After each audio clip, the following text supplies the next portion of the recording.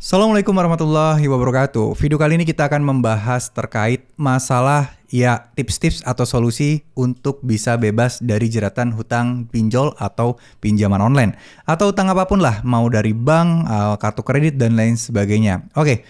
Jadi buat teman-teman yang mungkin saat ini sedang mengalami kegagalan atau mungkin tidak bisa bayar atau mungkin telat bayar, tidak usah berkecil hati. Semua itu pasti ada solusi dan ada jalannya. Yang penting kita tetap optimis dan jangan sampai memikir hal-hal yang terlalu berat-berat dan belum tentu terjadi ya teman-teman.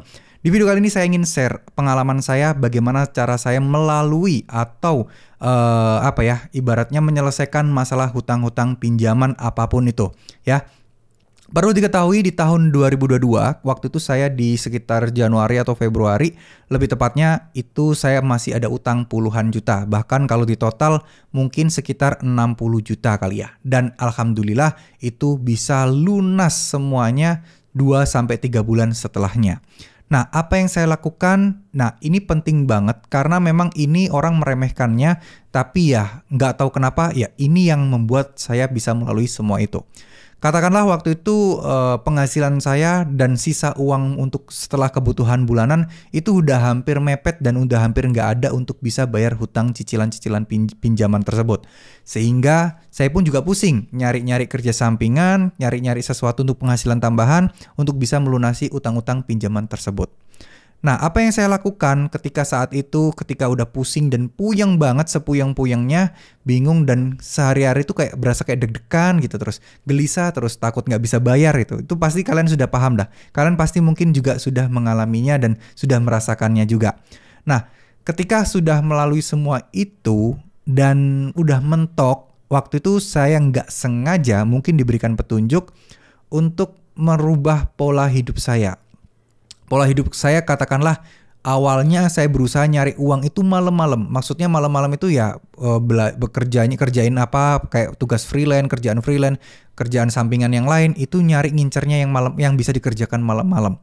Nah, itu menyebabkan sholat subuh saya berantakan. Paginya berantakan, selalu kesiangan lah, telat sholat subuh lah dan lain sebagainya. Dan kadang sholat isya pun juga terlewatkan teman-teman.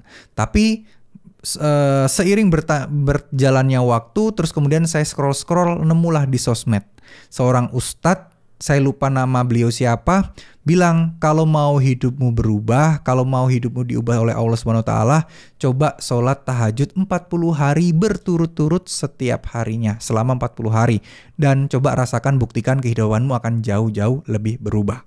Nah, karena saya udah kepepet, saya udah mentok dan nothing tulus, udah bingung harus ngapain lagi, ya anggap aja udah istilahnya pasrah gitu aja. Saya coba untuk melakukannya.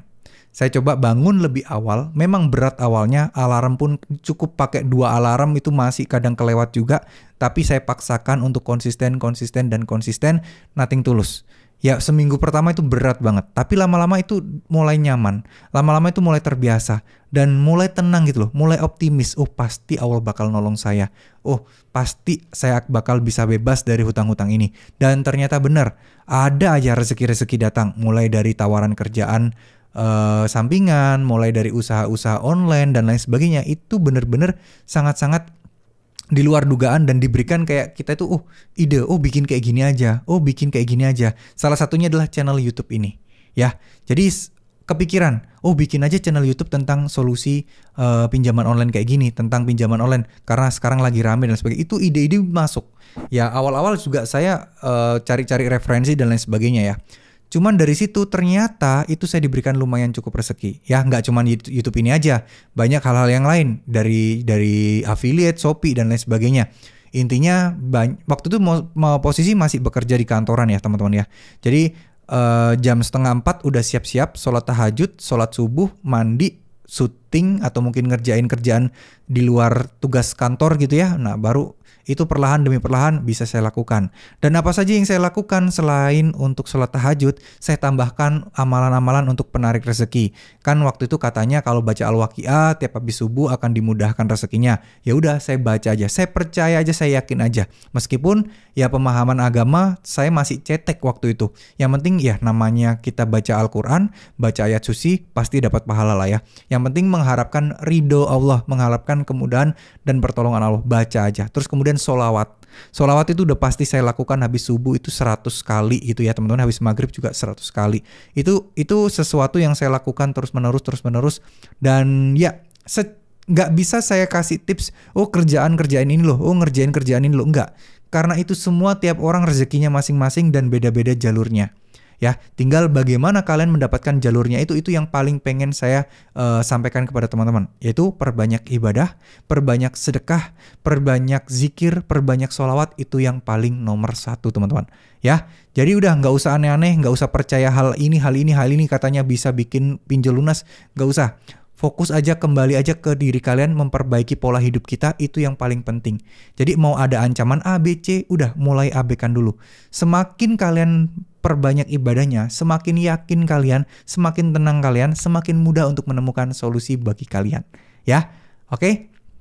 Saya bukan ustadz, bukan sok agama, tapi inilah kenyataan dan fakta yang ingin saya sampaikan, dan saya pengen kalian juga melakukannya. Siapa tahu ini juga menjadi amal jariah buat saya. Siapa tahu ini juga menjadi pintu pembuka rezeki kalian, tidak ada yang tahu. Jadi kita lakukan yang terbaik aja, dan semoga semuanya bisa segera beres masalah hutang pinjaman online-nya. Amin amin ya rabbal alamin. Mohon maaf jika ada salah-salah kata. Wassalamualaikum warahmatullahi wabarakatuh.